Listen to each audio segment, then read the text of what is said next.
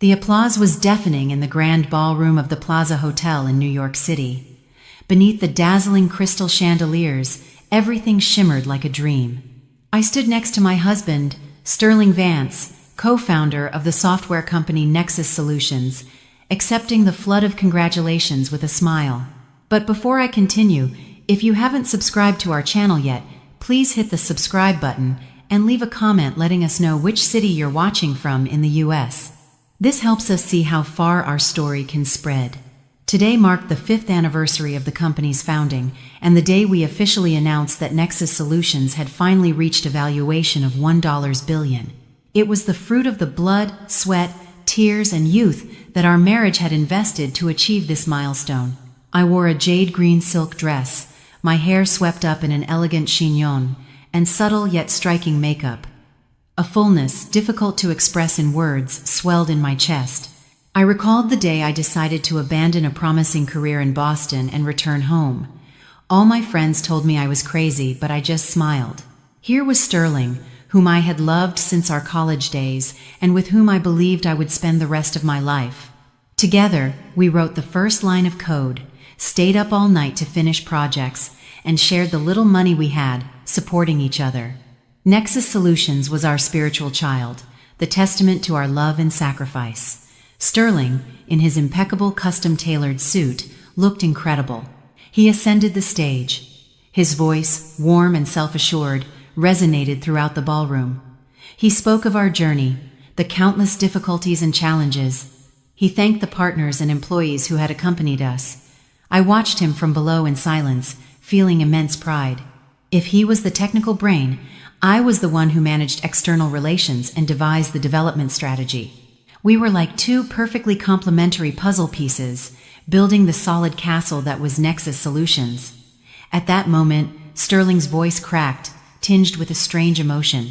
Looking at a distant point, he said, "And today, I want to give the most special thanks to one person, my life partner, who has always been an inexhaustible source of inspiration for me, and the driving force that allowed me to overcome every storm. That person, silently by my side, gave me the power to turn the most outlandish ideas into reality." The room held its breath. Without realizing it, I managed a happy smile. I thought he was speaking about me. Hadn't I been that person throughout all these years? I prepared myself to go up to the stage and share that moment of glory with him, but Sterling was not looking at me. His gaze was fixed on a corner of the stage. "Sierra, over here, please." It was a tender voice I had never heard him use before. A young woman appeared from behind the stage. It was Sierra Rhodes, a new employee who had joined the marketing team just over a year ago. She wore a flowing white maternity dress, loose but unable to hide her visibly swollen belly. There was shyness on her face, but in her eyes shone an unconcealed pride. As she approached Sterling, my husband reached out to help her with astounding naturalness, a tender and intimate gesture. He handed her a bouquet of red roses, my favorite flowers. Time seemed to stand still. The soft music playing in the background suddenly became discordant, and a murmur began to spread. At first it was whispering, but soon it grew into an uncontrollable buzz, like a swarm of wasps. Hundreds of glances fixed on me, looks of curiosity, pity, and above all, compassion. Those gazes hurt more than 1,000 insults. I felt my cheeks burn, my throat dry, and the smile freeze on my lips. There I was, the center of all attention, transformed not into the protagonist of my glorious celebration, but into the most miserable spectacle. Sterling didn't need to say anything more. His gesture, Sierra's belly, everything, was a manifest declaration. Before everyone, he had proclaimed their relationship, his betrayal, and my public humiliation. The exact moment our spiritual child was spreading its wings to fly, the family I had built with all my heart shattered before my eyes. The first feeling that invaded me was not pain, but an emptiness that chilled my body.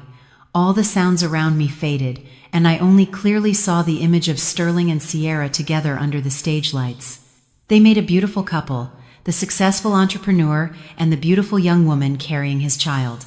And I, the wife who had spent the most difficult years with him, had, in an instant, become an old, annoying obstacle, a shadow. The murmurs grew louder. Poor Alexandra. How awful. Who would have thought? So that's what it was. Isolated phrases reached my ears, stabbing my pride like daggers. At the head table, Sterling's mother, Mrs. Eleanor Vance, looked at me with a mixture of satisfaction and disdain. She had never liked me. She always complained that I was too strong and dominated her son. At that moment, she must have been immensely satisfied. I took a deep breath and straightened my back. I couldn't break down, at least not here, not now. I was Alexandra Hayes, the daughter of the great Isabella Hayes, a woman who never learned to bow her head to any adversity. I tightly gripped the clutch bag I was carrying. The physical pain of my nails digging into my palm helped me regain my composure. I stared intensely at the stage toward Sterling, who was trying to avoid my gaze, and then I did something no one expected. I walked slowly toward the stage. My steps were firm, without a hint of hesitation. A strange silence descended upon the ballroom as the silk of my dress brushed the floor. Everyone held their breath, watching what I would do. Sterling and Sierra were visibly disconcerted. My mother-in-law frowned with a cautious expression. I climbed onto the platform and positioned myself right next to Sterling. Then I took the microphone from the stunned presenter's hand, turned toward the guests, and managed a serene smile, a smile I never would have imagined I could produce at such a moment. Good evening, distinguished guests. My voice sounded clear and calm. I am Alexandra Hayes, wife of President Sterling Vance, co-founder and majority shareholder of Nexus Solutions. I paused, slowly surveying the room. I clearly saw the astonishment in their eyes. I would like to express my sincerest gratitude to all our partners and esteemed guests who join us today to celebrate our success. The triumph of Nexus Solutions has been possible thanks to the trust and support of all of you. I turned to Sterling, who was pale and rigid. I also want to thank my husband for his moving speech. He has always been a talented and passionate man. Then, my gaze shifted to the investors, especially those from Phoenix Capital Group, led by my mother, Isabella Hayes. My voice became firm. However, in light of recent events, as the majority shareholder and head of the company's development strategy, I believe the time has come to seriously reevaluate the management ethics of our executive leadership. A heavy silence crushed the room. Then I continued, emphasizing every word. Therefore, I will officially request my mother, the CEO of Phoenix Capital Group, Mrs. Isabella Hayes, to provisionally suspend all additional investment plans in Nexus Solutions. We need time to conduct a complete reevaluation, because if a company desires sustainable growth, a moral foundation must be the paramount value considered. Finishing, I set the microphone down in silence. I gave one last bow to the guests and descended the stage with my head held high.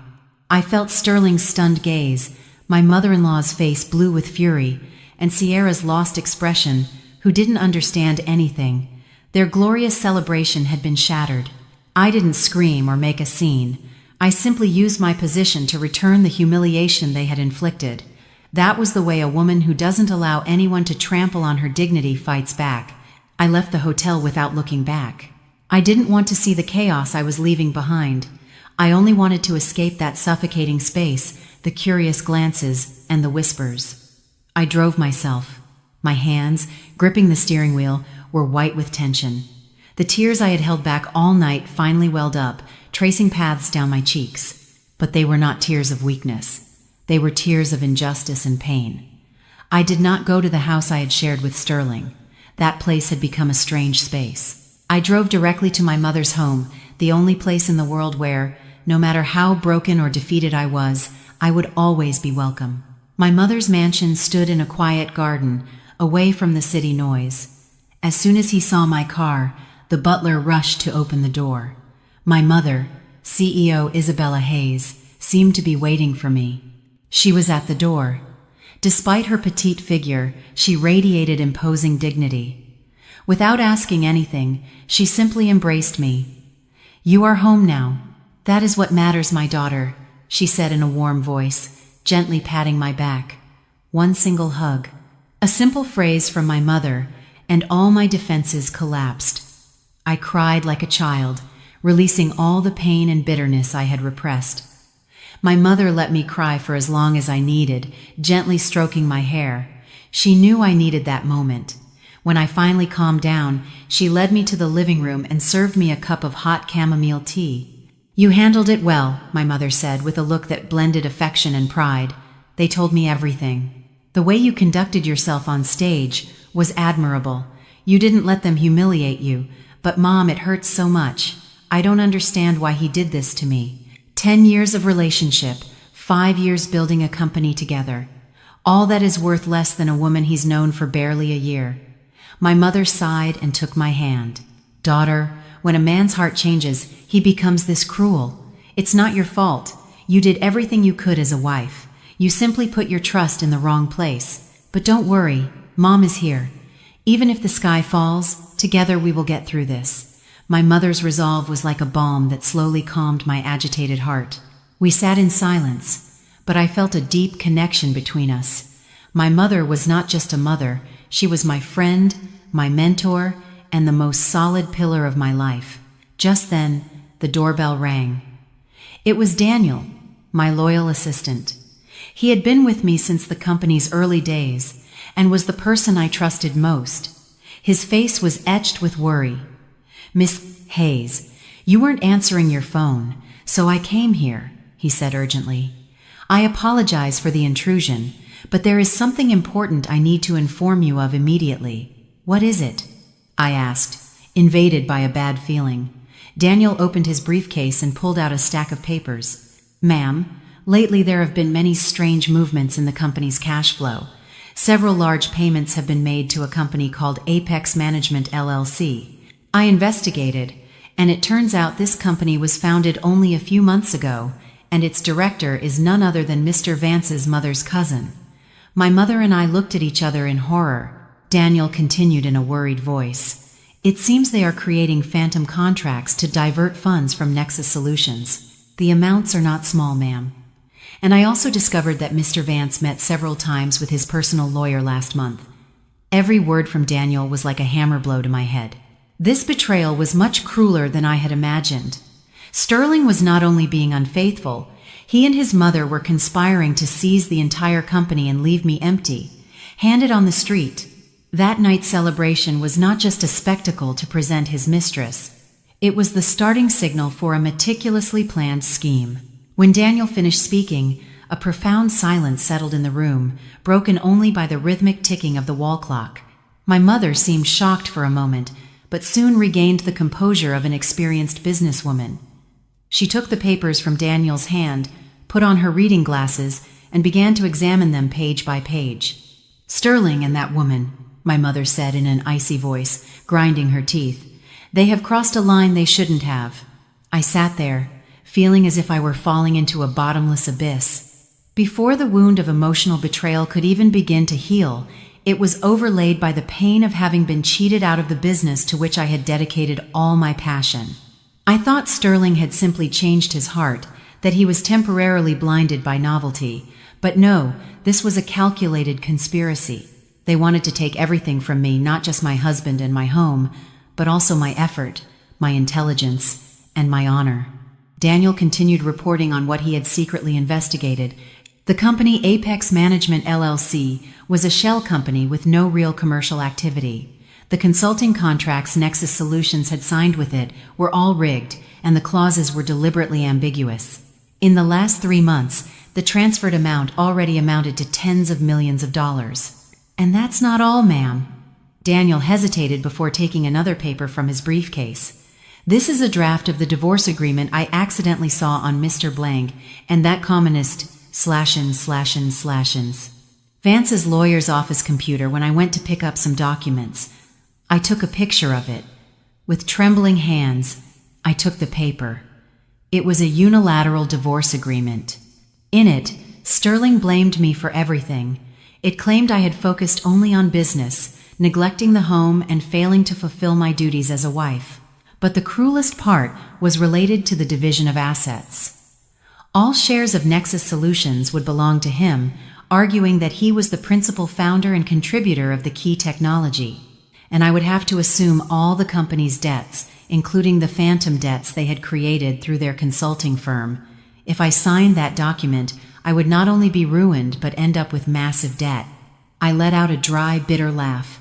So, years of marriage were finally valued at a piece of paper full of betrayal and malice.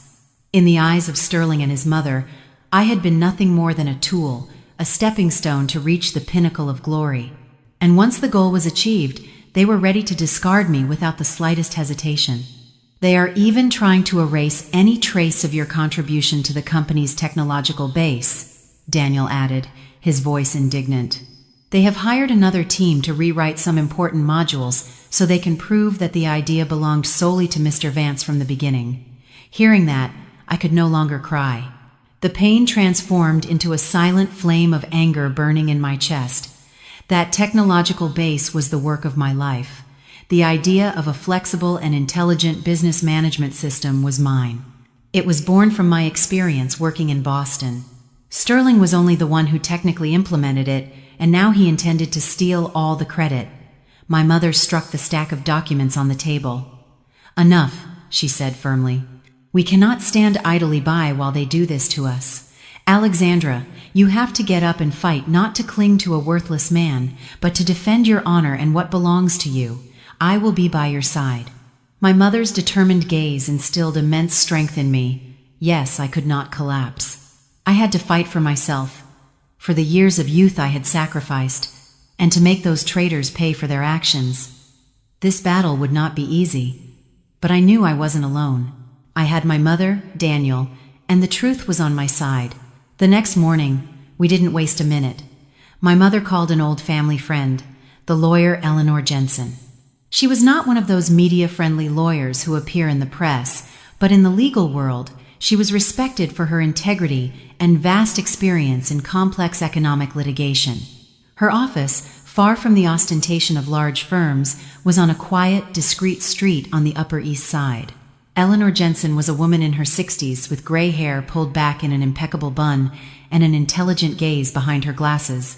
She received us with chamomile tea. While I explained everything from the theater of the celebration to the evidence Daniel had gathered, she listened in silence, nodding occasionally.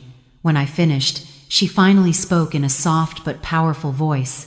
"Alexandra, I am very sorry for what you have had to endure, but amidst the bad news, there is good news.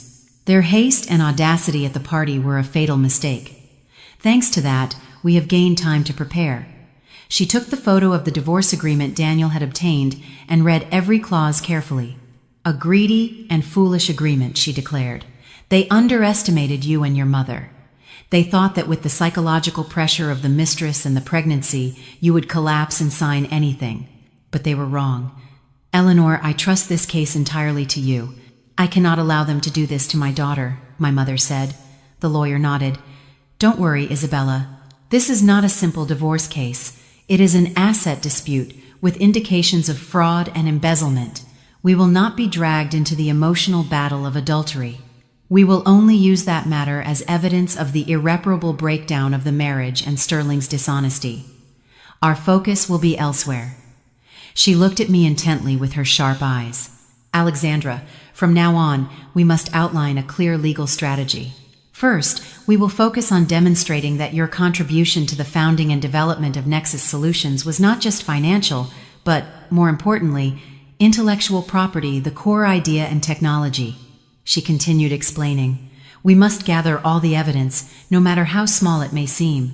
Emails exchanging the first ideas, sketches, notes in notebooks, and testimonies from former colleagues who witnessed your work from the beginning. All of that will be our weapons. Second," she held up 2 fingers, "we will attack their embezzlement of funds. The fact that Daniel found that shell company is a major advantage. Now we have to dig deeper, track the money flow. This will prove that Sterling and his mother acted opaquely and deliberately harmed the other shareholders, including you." Listening to Attorney Jensen's clear and strategic analysis, my confused mind began to clear. I no longer felt lost or alone. I knew I had found the right person to trust. "Agreed, attorney." My voice sounded much firmer. "I will do as you say. I will look for all my old files." "Good." The lawyer smiled kindly. "Remember that the law is on the side of justice. This fight may be long and exhausting, but if we are persistent and gather sufficient evidence, justice will prevail. Turn your pain into strength, Alexandra. The meeting with Eleanor Jensen gave me new energy. I was no longer the tragic heroine of my own story. I was going to be a warrior fighting to recover what was rightfully mine. The first step was to face the past and return to that place that was once my home to find the necessary pieces for the war ahead. 2 days after meeting with Attorney Jensen, I decided to return to the house I had called our home with Sterling. My heart was heavy, filled with mixed emotions. This place held the memories of 10 years of love and married life. Every corner, every piece of furniture I had chosen and placed myself. I thought I would live here all my life, that I would grow old with Sterling in our small garden. But now, every step I took in this house was painful and bitter, like walking on broken glass. I deliberately chose a time midday when I knew Sterling would be at the office. I didn't want to run into him, I just wanted to quietly collect my things and leave. I went directly to the office we shared, where I kept the most important documents. The room was still tidy, but the air was strangely cold. The photo of our wedding on the desk suddenly felt like a cruel mockery. I started searching. I rummaged through old files, opened dusty boxes atop the cabinets, and finally found it. An old brown leather-bound notebook stored in a wooden box. It was the notebook I used when I was in Boston, where I had jotted down spontaneous ideas, the first sketches of an innovative enterprise management software. The pages were yellowed, and my handwriting had faded in some places, but the diagrams of the system architecture, the notes on the key algorithms, remained clear. This was the soul of Nexus Solutions, the undeniable proof of my contribution. With the notebook in my hands, I felt some of the strength I had lost return. I carefully put the notebook and several USB drives with related material into my bag. Just as I was about to leave, the door burst open. Sterling was there, paralyzed when he saw me. He probably didn't expect my return. "What are you doing here?" he asked in a slightly suspicious voice. "I came to pick up my things," I replied calmly, trying not to show any emotion. Sterling looked at the bag I was carrying, and a shadow of unease crossed his eyes. He entered the room and closed the door forcefully. "Alexandra, we need to talk. Please don't complicate things further. What happened at the party was a mistake, but you shouldn't have acted that way either. Do you know the damage you've done to the company?" I let out a laugh, a cold laugh. "I damaged the company? And were you thinking about the company when you planned with your mother to divert its funds? Were you thinking about our years together, my effort, when you prepared a divorce agreement to leave me ruined and burdened with debt?" Sterling's face changed. He hadn't imagined I knew all that. "What nonsense are you talking about? Who told you that?" "It doesn't matter who told me. The important thing is that it is true. Sterling, stop pretending. I'm tired too." I looked him directly in the eyes. Those eyes I once loved so much, now I only saw lies and calculation in them.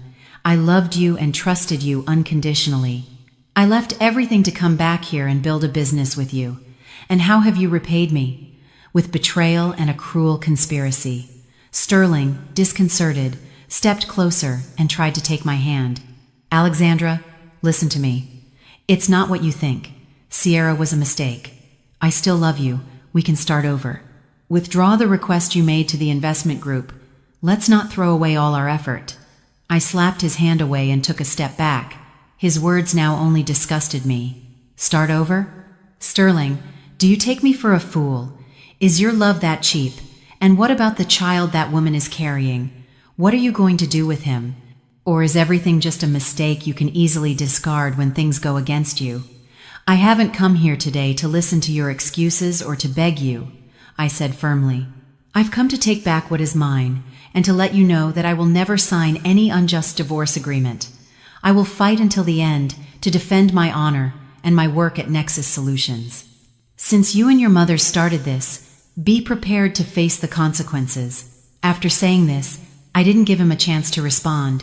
I turned, opened the door, and walked out. I heard Sterling shouting my name behind me, but I didn't stop. This confrontation helped me completely cut off the last shred of feeling I had left. There was no more love, no more hope. There was only one path ahead, the path to claim justice. Leaving that house, I felt much lighter. The confrontation with Sterling had been painful but necessary. It helped me completely break with the past and focus on the future. There was no more time for sadness. The evidence I had found was a good start, but as Attorney Jensen had said, the war would be long and arduous. In the following days, Daniel and I worked tirelessly. We systematically organized the information and looked for more witnesses who could corroborate my role in the early days of Nexus Solutions. However, I soon realized that focusing only on recovering what I had lost at Nexus Solutions was a passive fight. Sterling and his mother still controlled the management. They could sabotage me in 1,000 ways. I needed something of my own, a solid base on which I could stand firm, regardless of the outcome of the litigation. The idea of founding a new company began to germinate in my mind, not for revenge or to directly compete with Nexus Solutions, but to prove my own worth. I wanted to show everyone that without Sterling, without Nexus Solutions, Alexandra Hayes could still create an excellent, even superior technological product. I was confident I could rebuild a much better and more modern version of the technological base I'd created for Nexus Solutions. I told my mother the idea. After thinking for a moment, she gave me her unconditional support. That's the way, my daughter. That's the way someone with guts acts. Instead of fighting to recover an old house, build your own new castle. You just worry about the work. I'll take care of the capital. My mother's support was my greatest strength, but I knew that ideas and capital were not enough. I needed companions, technical talent. Then I thought of Andrew. Andrew had been a college friend of Sterling and mine. The three of us used to hang out together. Andrew was kind, studious, and very intelligent, but unlike the outgoing and sociable Sterling, he was quite reserved. I knew he liked me, but he never expressed it in words. He simply cared for me in silence. After graduation, Sterling and I started dating, and Andrew went to study abroad and worked outside the country. A few years ago, I heard he had returned and had become a well-known venture capitalist in the technology sector. I hesitated for a moment but decided to call Andrew. It was a bit awkward contacting him after so long, but his warm, familiar voice on the other end of the phone dispelled all my worries. Alexandra, long time no talk. How are you? Fine, I'm fine. Andrew, am I bothering you? Bothering me? No way. I'm glad you called. But is something wrong? Your voice doesn't sound quite right. Andrew's sensitivity moved me. I mustered my courage and briefly explained my situation and my plans to found a new company. I didn't exaggerate the pain or complain. I laid everything out calmly, as if it were a business plan. Andrew listened in silence until the end. I was prepared for comfort, or in the worst case, pity. But what he said surprised me. I've been waiting for this day, Alexandra, the day you stepped out of Nexus Solutions' shadow and shone on your own. His voice was full of sincerity. Your talent is much greater than what you were doing there. I mean it, Alexandra, Andrew continued. I've always followed Nexus Solutions' trajectory. I knew its foundation started with your idea. Sterling is an excellent programmer, but the one with the strategic vision is you. The decision to go independent will be the best decision of your life. Tell me what you need. I will support you not only as a friend but also as an investor. I trust you, Alexandra. Andrew's words were like a rush of fresh water, watering my parched soul. For the first time since the incident, a man valued me for my talent and true worth, not through the prism of a betrayed wife. The call with Andrew further strengthened my determination. I knew I had found my first ally in the arduous new journey that lay ahead. After the call with Andrew, everything moved quickly. Andrew was not a man of mere words. He immediately organized a meeting and introduced me to a team of brilliant, recently graduated young engineers from a prestigious technical university like MIT. They were young, full of passion, intelligence, and a burning desire to participate in a project with a great vision. When I presented my idea for a next-generation enterprise management platform smarter and more flexible, applying the latest technologies like artificial intelligence, their eyes gleamed. They were fascinated by my vision and by the composure and confidence of a woman who had overcome adversity. After several meetings, we connected. Synergy Tech was born, a name that encompassed all my hopes and determination, the synergy of a new generation of technology. We rented a small office, not luxurious, but well-equipped and full of sunlight. The young people and I worked together day and night. The atmosphere at Synergia Tech was completely different from the last few years at Nexus Solutions. Here, there were no internal struggles or calculations, only a passion for technology and teamwork. I felt like I had returned to the beginning of my career, but this time I was much more the master of my destiny and stronger. In the midst of this progress, an unexpected visitor found me. It was Sierra. She called me to meet at a quiet cafe. She looked much more haggard than when she had appeared spectacularly at the celebration. Her swollen belly was larger, and her movements seemed heavy. She had lost her previous air of arrogance and defiance. In its place, only a mournful face remained, her eyes filled with tears. "Alexandra," she began with a trembling voice, "I know I have no right to talk to you. I know I did wrong, but please, I beg you. Couldn't you leave Sterling alone?" I stirred my coffee in silence, waiting to see what kind of theater she was going to stage. Sierra broke down crying. "Sterling is having a really hard time. Since you announced the withdrawal of investment, the company has been in crisis, and partners look at us with distrust. His mother pressures him every day. He has lost several pounds. I understand you're angry, but you were a couple for 10 years. Taking things to this extreme is pushing him into an abyss." She stroked her belly and added, "And there's my son. This child is not to blame for anything. I just want my son to be born into a complete family with his father.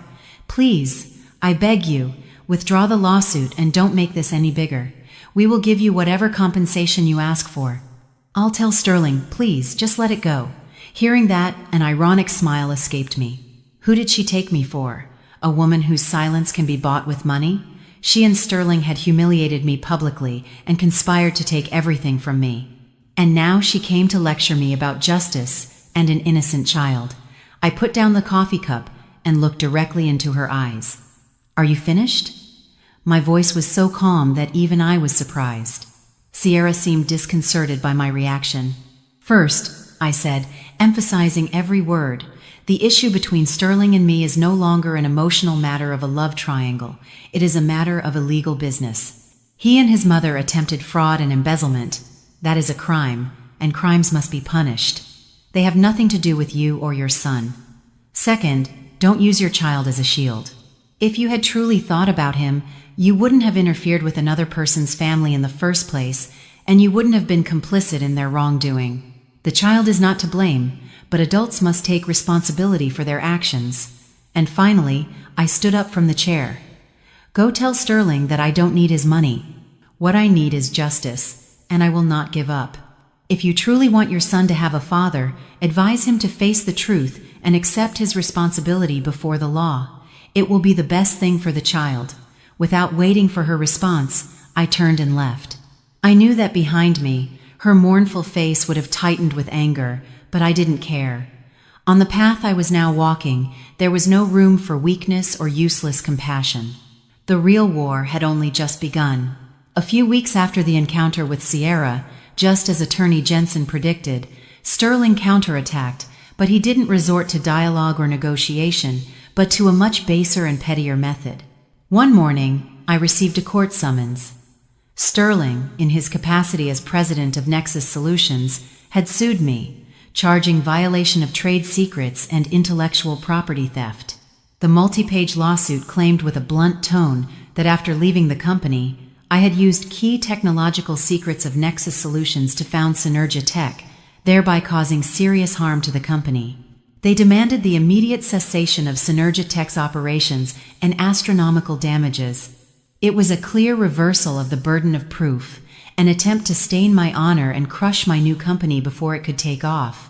Upon hearing the news, the young engineers at Synergia Tech couldn't help but be worried.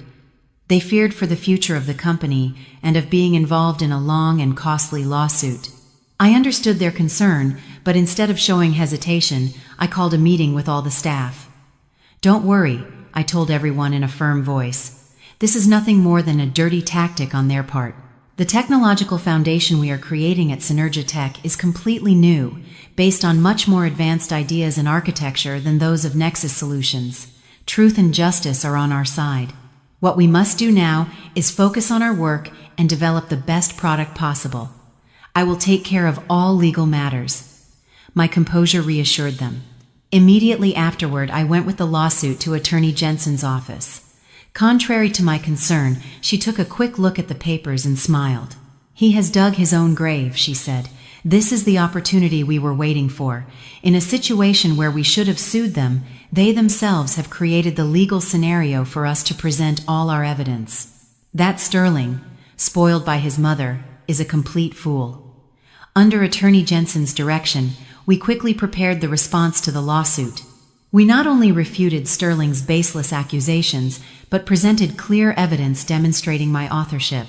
The old notebook I had found became the most important piece of evidence. We photocopied and notarized every one of its pages, every architecture diagram, and presented it to the court. The chronology was evident compared to the date of Nexus Solutions' founding. We also had the emails from more than 5 years ago, from the time Sterling and I were exchanging the first ideas. In them, it was clear that I was proposing and conceiving the main guidelines. Furthermore, Attorney Jensen contacted 2 engineers who had left Nexus Solutions. They had worked there from the beginning, had seen me spend sleepless nights correcting errors with them, and had heard me explain the product vision. At first, they hesitated a little, but my sincerity and the lawyer's legal guarantees convinced them to testify. The first reconciliation hearing was held in an atmosphere of great tension. Sterling and his lawyer, with a very arrogant attitude, presented documents that supposedly demonstrated the uniqueness of Nexus Solutions technology. But when Attorney Jensen began to deploy our evidence one by one, Sterling's face began to change. He was stunned to see the copies of my notebook and turned pale when the lawyer cited the old emails. When the 2 former colleagues appeared, Sterling's confidence completely collapsed.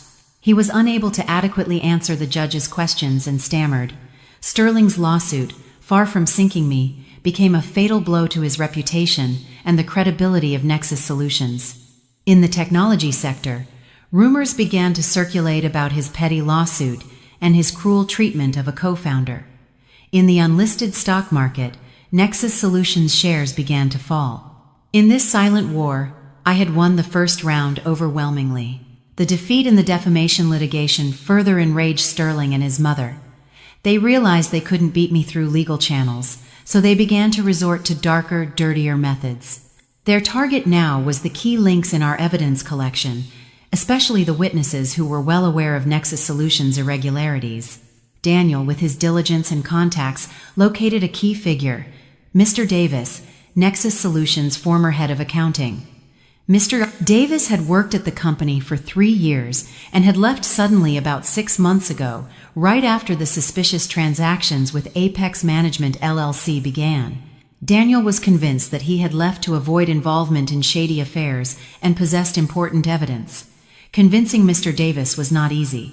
He was a middle-aged man of gentle character who only wanted to live a quiet life with his wife and 2 young children. When Daniel went to his house, he initially refused outright, saying he didn't know anything. He feared reprisals and worried that his family would suffer harm. "Mr. Daniel, please understand my situation," Mr. Davis said in an anxious voice. "Mrs. Vance is not someone you can mess with. I have a wife and children. I don't want to be involved in this." Knowing we couldn't force him, I asked Daniel to approach him slowly, building a relationship of trust, sometimes as a friend interested in his well-being. Gradually, thanks to Daniel's sincerity and perhaps his own conscience, Mr. Davis began to leak information. He confirmed that all contracts with Apex Management LLC had been rigged by order of Mrs. Vance to divert money. He also knew many other cases of tax evasion and expense inflation at the company. But just when we thought we had convinced Mr. Davis to cooperate, Mrs. Vance acted. She didn't threaten him directly, but used a more subtle method. Mr. Davis's wife, who worked as a teacher at a private school, suddenly began to be harassed by the administration for absurd reasons. His eldest son, a high school student, was surrounded and provoked one day by some bullies on his way home. Fortunately, bystanders intervened in time, and it didn't escalate. These incidents did not have serious consequences, but they were a clear warning. Mr. Davis panicked, calling Daniel with a trembling voice. "Mr. Daniel, please leave my family alone. I can't help Miss Hayes anymore. If they want to, I don't know what could happen to my family." When Daniel told me what happened, my heart sank. The rage I felt toward those despicable people was 10 times less than the remorse I felt for Mr. Davis's family. I couldn't endanger an innocent family for my fight. "Leave it, Daniel," I told him. "Let's not pressure him anymore. His family's safety comes first. We'll look for another way." Although it was a disappointment, we had no choice but to temporarily abandon that route. Losing a key witness, our investigation seemed to have reached a dead end, and difficulties piled up. I realized that this fight was much tougher than I had thought. My enemies not only had money and power, but they did not hesitate to use the cruelest means to achieve their ends. Seeing me somewhat discouraged by Mr. Davis's situation, my mother called me one night to her study. She prepared chrysanthemum tea, and its soft aroma relaxed me. "What are you thinking about?" she asked tenderly, placing a cup in front of me. "I'm exhausted, Mom. They are too cruel. I don't want innocent people to suffer because of me." My mother sighed and looked out the window at the garden shrouded in darkness. "Daughter, in business, as in life, there is no war without losses, but we have to know our limits. The decision not to pressure Mr. Davis anymore is the right one, but that doesn't mean we give up. To defeat your enemy, you first have to know exactly who they are." My mother looked at me with her deep eyes. "Today, I'm going to tell you a story, the story of your ex-mother-in-law's past, Sterling's mother." I was surprised. My mother had almost never talked about my in-laws. She only said they were a normal family, nothing special. "In reality," my mother began, "I've known Mrs. Vance for a long time, since we were both young and starting out in the business world. Even then, she was beautiful and intelligent, but her intelligence came with ambition and unscrupulous cruelty. My mother told me that in the past, Mrs. Vance had partnered with a very close friend. Together, they set up a small boutique design house, but when the business began to prosper, she hatched a plan to seduce her partner's husband and, at the same time, fabricated false evidence to accuse her of embezzlement. In the end, she seized the entire business, and her friend lost everything and ended up on the street. Sterling's father, my mother continued, was a simple, diligent technician, Mrs. Vance married him only because he had some talent that could be useful for managing the workshop. He lived his whole life in his wife's shadow, unable to raise his voice, and died as quietly as he lived. Sterling grew up in that environment. Overprotected by his mother, he was only taught ideas about money and power. That boy is a copy of his mother. He has some talent, but his nature is weak, greedy, and easily manipulated. Listening to my mother's story, I began to understand everything.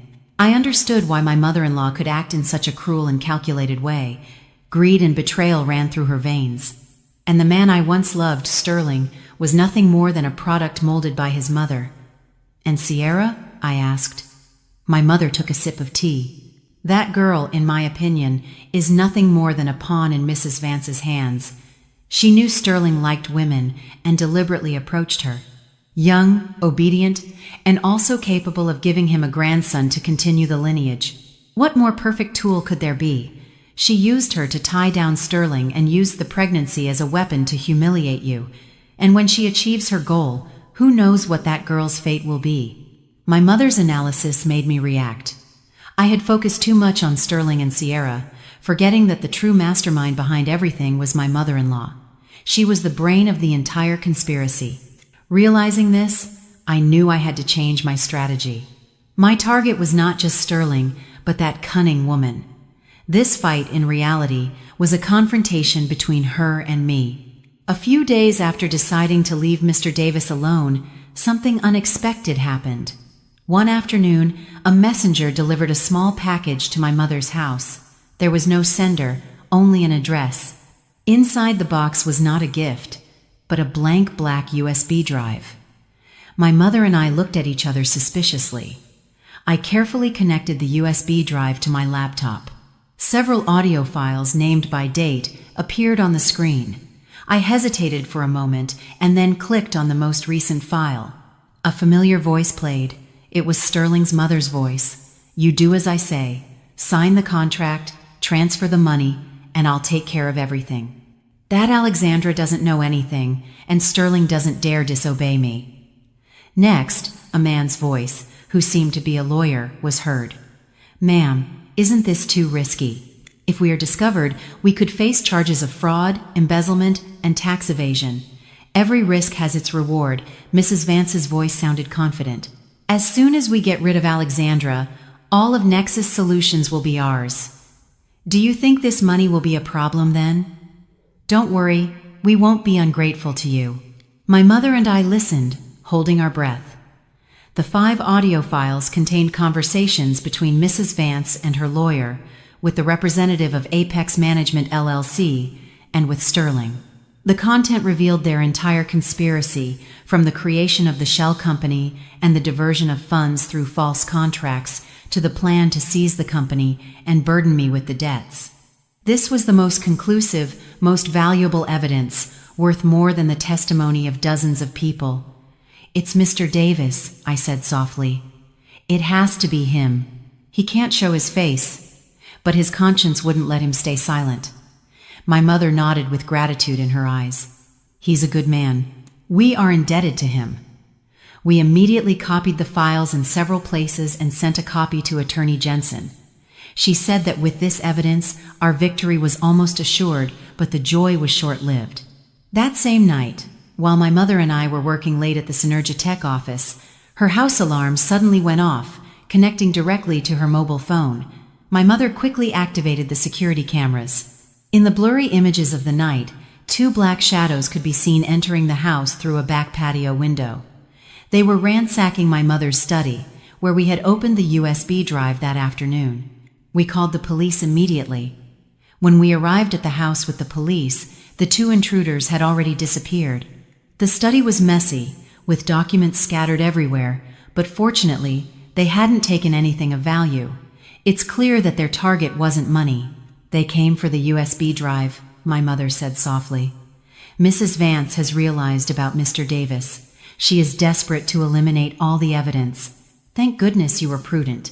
You made copies and brought the original with you." The failed robbery attempt clearly demonstrated the panic and desperation of the mother-son duo. They were like cornered beasts, willing to commit any folly. I knew the time for silence was over, and that now they would resort to more dangerous means. I clenched my fists, promising myself to be more cautious and stronger. The fight had entered its most critical phase.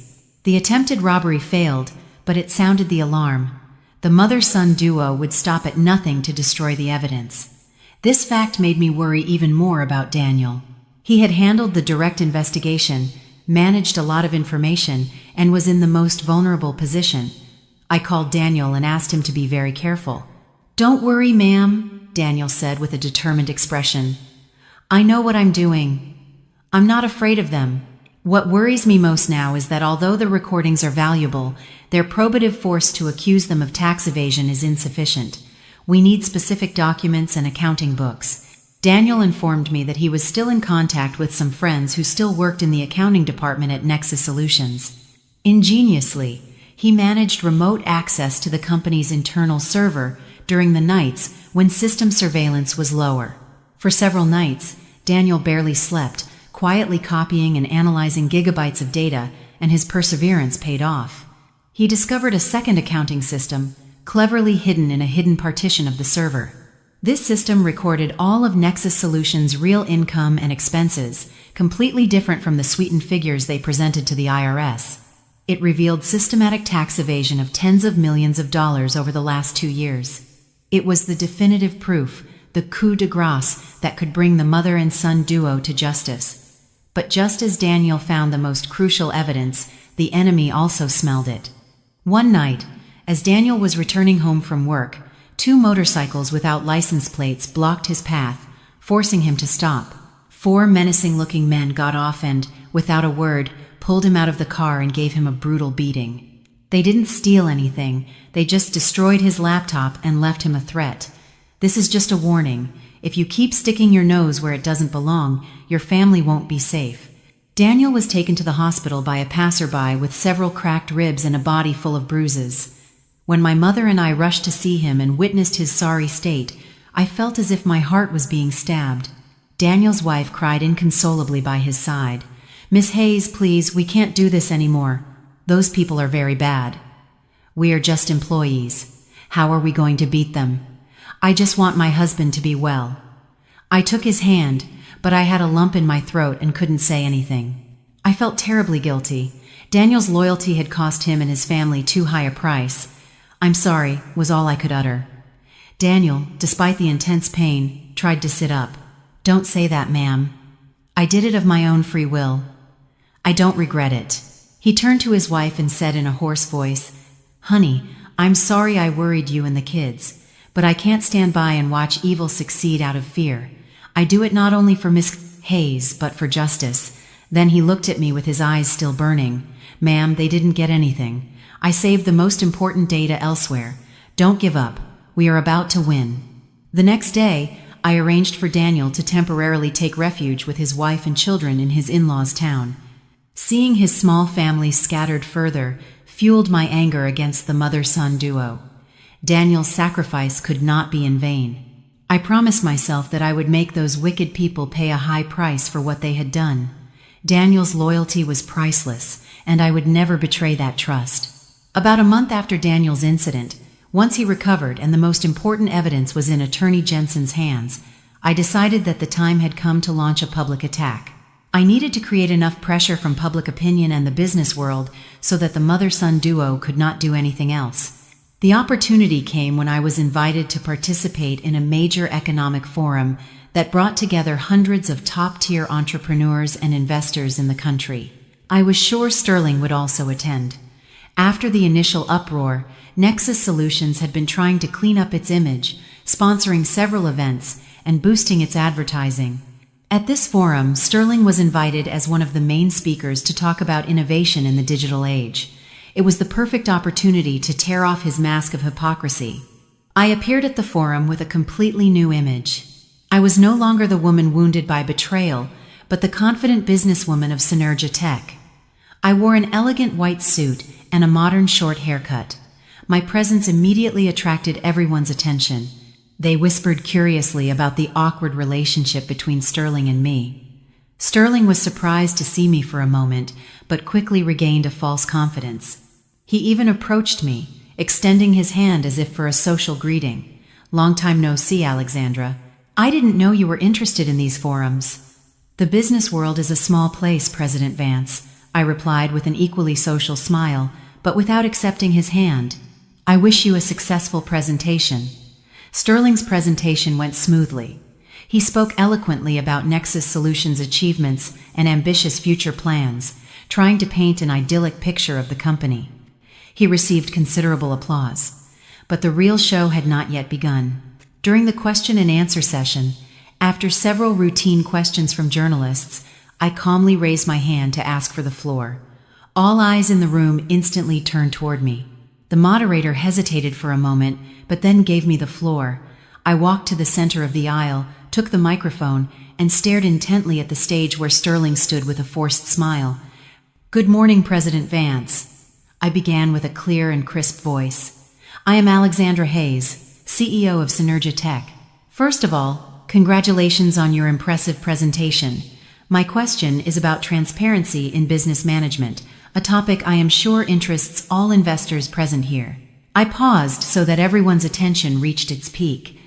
According to the financial reports recently published by Nexus Solutions, the company's profit growth rate is very positive. However, consulting and marketing expenses have skyrocketed, representing an unusually high proportion of total revenue. In my experience, this is somewhat anomalous. Could you explain more clearly to the investors and partners here the cost structure and the actual efficiency of these investments? My question was not a direct accusation, but it struck exactly at Nexus Solutions' Achilles heel. It sowed great doubt about the veracity of the figures they were publishing. The room understood the hidden meaning of my question. On stage, Sterling turned pale. He was not prepared for this situation. He tried to stammer some generic answers about long-term investment strategies and brand building, but he couldn't offer a convincing explanation. His nervousness was the most eloquent answer. I didn't need to say anything more. I thanked him and calmly returned to my seat, but the impact of my question was enormous. Murmurs erupted throughout the room. Investors looked at each other suspiciously. Journalists began writing frantically. With a single question, I had completely demolished the image Sterling and his mother had painstakingly built. Nexus Solutions' credibility suffered an irreparable fissure in the eyes of the entire business world. The revelation at the Economic Forum was a severe blow to Nexus Solutions. Investors began to question. The press did not stop publishing speculative articles, and the company's value plummeted. Amidst this chaos, Sterling's mother, Mrs. Vance, knew she couldn't stand idly by. She understood that confronting me directly was disadvantageous, now that all the evidence and public opinion were on my side. She decided to play her last card, a malicious psychological attack aimed at the person she considered my weak point, my mother, CEO Isabella Hayes, Mrs.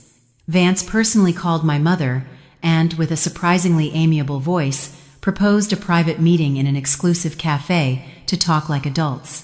My mother, after consulting with me and attorney Jensen, accepted the proposal. She knew it was a trap, but it was also an opportunity for that shrewd old fox to betray herself. The exclusive cafe was down a quiet alley, a serene space filled with the murmur of water and the soft aroma of incense. My mother arrived dressed in an elegant dark purple velvet suit jacket that exuded depth and serenity. Mrs. Vance was already waiting for her, meticulously made up, but unable to hide her fatigue and rage. "Isabella, you came," Mrs. Vance said with a forced smile. "It's been a long time since we sat down alone like this." My mother also smiled gently and sat across from her. "Hello, Eleanor. I hope it's important that you called me yourself." Mrs. Vance began to speak evasively while serving the tea. "It's about the children. Young people in their impetuosity sometimes do things they shouldn't. It seems to me that Alexandra is going a little too far lately. As much as they were husband and wife, you can't push a person into a dead end like this." The blow Nexus Solutions suffered because of the forum was very significant. My mother listened in silence, imperturbable, raising her teacup. Getting no reaction, Mrs. Vance began to grow impatient. She put down the cup with a dry thud, and her voice sharpened. "Isabella, let's be honest. Control your daughter.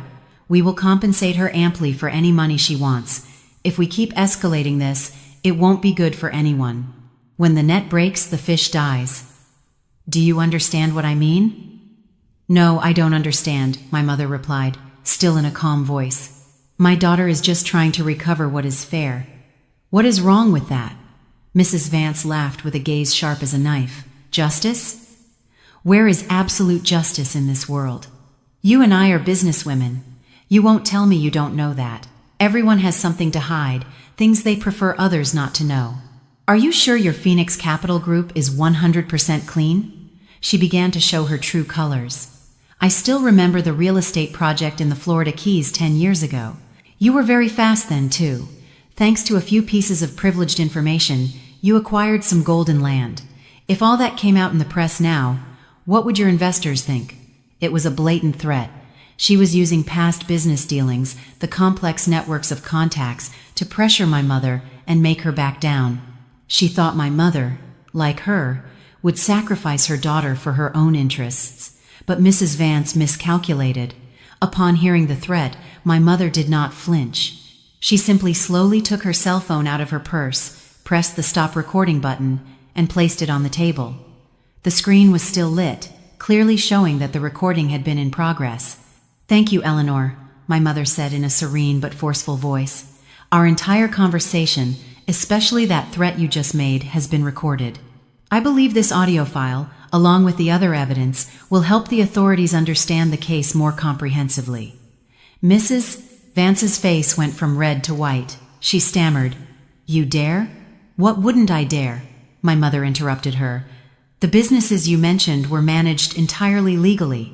I have nothing to hide. If you want to investigate, go ahead, but your actions today threatening and intimidating another person have been clearly recorded.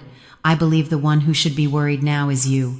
With that, my mother stood up and straightened her suit. The tea was delicious. "Thank you for the invitation.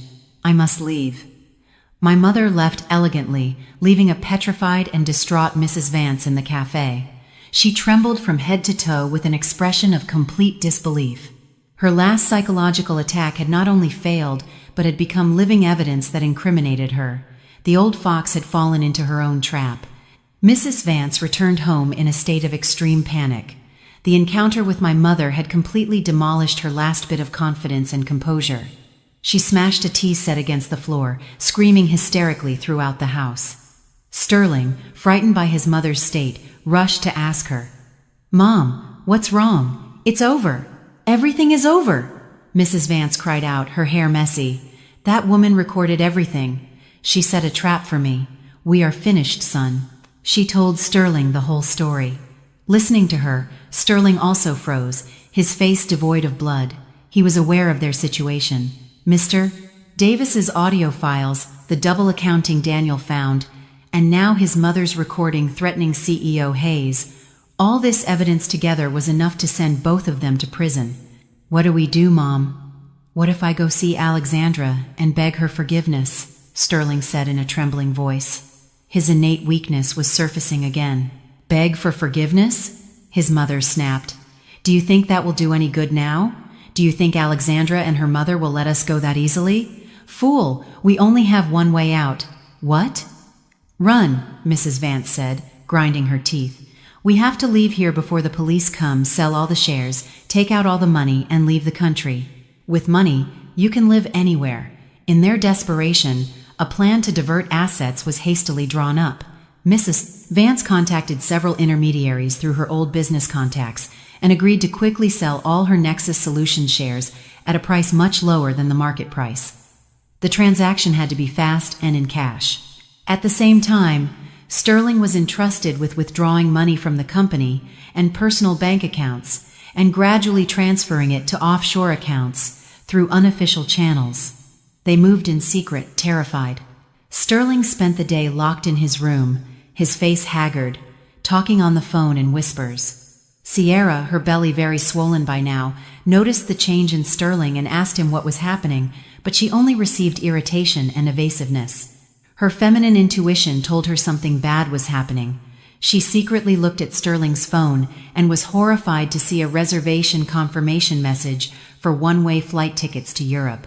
The tickets were only for 2 people, Sterling and his mother. Sierra collapsed. She understood that she and the child she carried were nothing more than pawns who were about to be abandoned. Meanwhile, on our side, all the movements of the mother-son duo were under control. Daniel, from his refuge, continued to closely monitor Nexus Solutions transactions through trusted friends. Upon detecting the anomalous sale of a large quantity of company shares and the withdrawal of large sums of money from the accounts, Daniel immediately informed me. "Ma'am, I think they are trying to flee." Daniel's voice on the other end of the phone was urgent. Hearing the news, I didn't hesitate for a second. I immediately called Attorney Jensen. "Attorney, I think the time has come." "Understood," the lawyer replied firmly. "Alexandra, stay calm. I will go immediately to the authorities with all the documents and evidence we have. The net of justice is wide, and although it seems slow, it never fails. They won't be able to go anywhere." Night fell over the city. In the luxurious mansion, the mother-son duo hurriedly packed bundles of cash and documents into suitcases to catch an early morning flight. They had no idea that outside their house, an invisible net of the law had been cast, closing in, waiting for the opportune moment. That night, the city was soaked by persistent rain. The rhythmic tapping of drops on the window sounded like a sad melody announcing the end. Sterling's mansion, despite it being midnight, was fully illuminated. The air inside was tense as a bowstring. Mrs. Vance kept moving, restless, urging Sterling, "Hurry up, son. The car to the airport will be here soon. Is everything ready?" "Yes, Mother," Sterling replied in a tired voice. He had just finished a call with an intermediary who confirmed that the last stock sale transaction had been completed and the cash would be delivered at a secret location.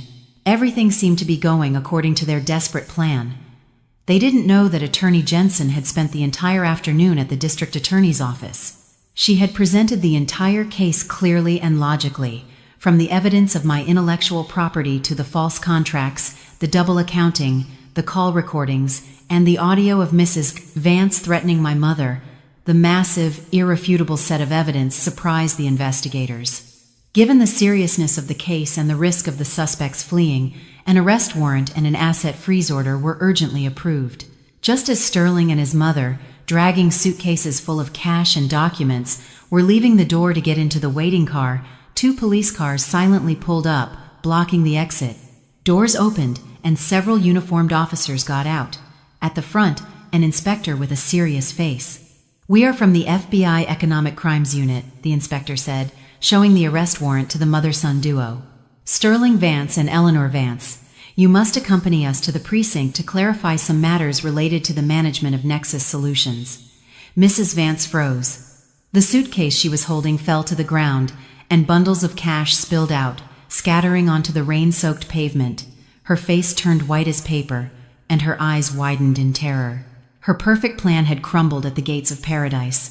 Sterling trembled from head to toe, and his legs gave way, forcing him to lean against the wall to keep from falling. "There must be some mistake," Mrs. Vance stammered. "We are honest business people. We haven't done anything wrong." The inspector said no more and signaled to his subordinates. The mother-son duo was led to the car, immersed in confusion and helplessness. At the same time, another team entered the house to execute a search and seizure order. The entire mansion, as well as the bank accounts, shares, and all assets in the names of Sterling and Mrs. Vance, were frozen. The net of the law had closed without leaving a single loophole. From the second-floor window, Sierra saw everything, hugging her belly and crying inconsolably. There was no place for her or her son in Sterling and his mother's escape plan.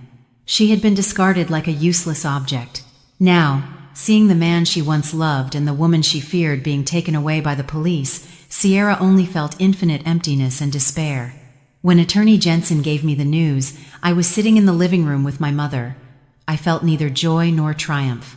In my heart, only a strange calm reigned. A stormy chapter of my life had finally ended. All the resentment and hatred seemed to have been washed away by the rain of that night. The following months were a time of legal proceedings.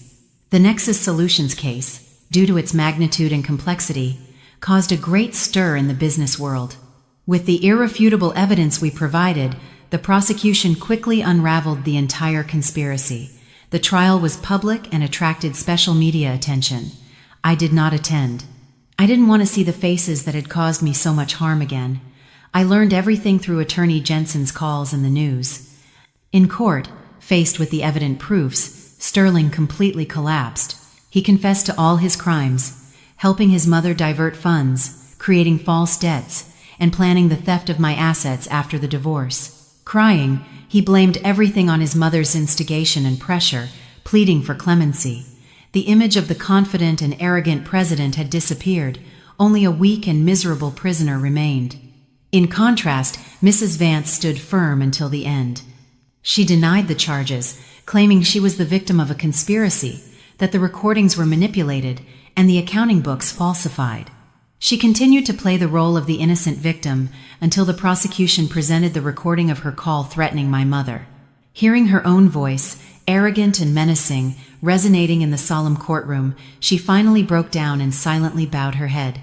The final verdict was for the crimes of fraud, embezzlement, and tax evasion. Mrs. Endazuri Vance, as the principal perpetrator, was sentenced to 20 years in federal prison. Sterling, considering his confession and repentance, was sentenced as an accomplice to 15 years. The other parties involved also received their corresponding punishments. Nexus Solutions, my spiritual child that I once nurtured with all my heart, now stained by debt and corruption, was finally declared bankrupt. Justice had been served, but in my heart there was no joy of victory. Only a melancholic sadness for a beautiful first love that ended in tragedy and for the years of youth lost in deception. A week after the trial ended, I decided to do something I had been thinking about for a while. I drove to the quiet rural town where Daniel's family was temporarily staying. I wanted to express my sincere gratitude to my loyal assistant, who had sacrificed so much for me. Daniel's small house was surrounded by green fields. The air was pure and peaceful, in contrast to the suffocating atmosphere of the city. Daniel, his wife, and children came out to meet me at the entrance to the town with a warm welcome. Their smiles were simple and affectionate. Daniel's injuries had completely healed, and he looked much healthier and happier. I brought some gifts and a financial gratuity, but the couple flatly refused to accept them. "Ma'am, please don't do this," Daniel said. "What I did was because I believed in justice and in you. Your victory is the greatest gift for me. Now, please let me return to work at Synergia Tech. I miss the work very much." We shared a simple but comforting meal. Listening to the laughter of the couple and the children's chatter, I felt a deep peace. I realized that after all the storms, what is important is not money or success, but human affection, loyalty, and kindness. This trip cleansed the last vestiges of bitterness from my heart and prepared me to face a new chapter in my life. A year has passed. A year since that stormy night, when Sterling and his mother disappeared amid police sirens, and I, sitting by the window in my mother's house, sighed as if a weight had been lifted. Time has healed many things, but it hasn't erased the scars, and from those scars, I have learned to be reborn. My life did not stop at the pain or end with the betrayal. I chose another path. With my own hands and mind, I built my own business. Synergia Tech, the small company we started in a modest office with Daniel and a few young engineers, is now a shining name in the technology sector. At first, we spent nights programming fueled by instant noodles. When we got our first contract, we hugged and shouted with joy. We made countless presentations to investors to secure funding and were sometimes discouraged by cold rejections, but we did not give up. The culmination came at the Entrepreneur of the Year Gala. Under the bright lights on a grand stage, I stood firm in my white suit and received a crystal trophy from a government official. A thunderous ovation erupted, but this time it was different. I was no longer Sterling's shadow, nor was I standing next to a man to be called the president's wife. I was Alexandra Hayes, an entrepreneur in my own right, a woman who had risen above everything. The press rushed to publish articles calling me the icon of the American technology sector's renaissance. But what moved me most were not those headlines. It was Daniel's gaze from the audience, gleaming with pride, and the warm smile of an old friend who had accompanied me in silence from a little further away. Another turning point came when the court ordered the liquidation of Nexus Solutions' assets to pay its debts. At the public auction, I sat in the front row. My former competitor was now just a name in ruins.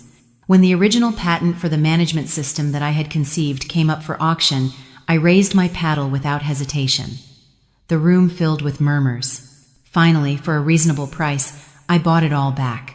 The moment the title of ownership was in my hands, I closed my eyes in silence. The circle had closed. Nexus Solutions, where I was betrayed and humiliated, was officially part of the past, and the product of my mind had returned to the hands of its creator. I felt neither triumph nor arrogance, only a deep peace. An old door had closed, and a new one opened wide.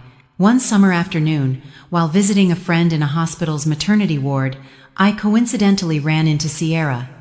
She was sitting in a hallway, cradling a plump baby. She no longer wore designer clothes. She wore a loose shirt and looked simple. Her face was tired, but the look she gave her son was infinitely tender. Sierra looked up and froze when she saw me. There was no longer arrogance or defiance in her gaze, only a wounded and lonely young mother. "Alexandra," Sierra said in a trembling whisper. I looked at the child in her arms. He slept peacefully, moving his lips as if dreaming. In that instant, all the hatred within me vanished. I understood that this child was not to blame for anything. He did not choose his parents, nor did he know anything about the dirty conspiracies of the past. "Are you well?" I asked.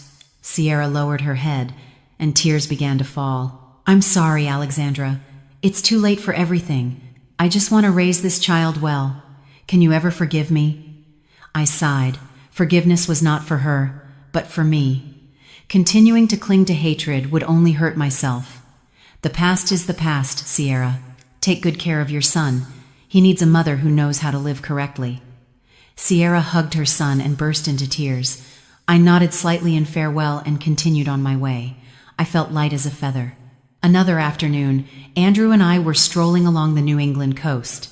The reddish sun was slowly setting on the horizon, and the waves gently reached the shore.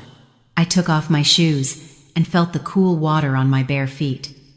Andrew walked beside me in silence, but his mere presence brought me peace. "Alexandra," Andrew said softly, "you have lived too long for others. Now live for yourself. And if one day you want someone to accompany you, I would like it to be me." I turned toward Andrew. His eyes were kind and firm. Instead of answering, I smiled. I wasn't ready to start a new romance yet, but I knew I had a friend, a life companion, a calm shoulder to lean on. We walked together along the long sandy beach, leaving 2 pairs of footprints behind us. Before me stretched the vast sea and a sky tinged red by the dawn, announcing a new day in my life. I took a deep breath. An intense faith sprouted in my chest. Because even if a woman loses everything, if she retains her dignity, her wisdom, and her courage, she can always be reborn and find happiness.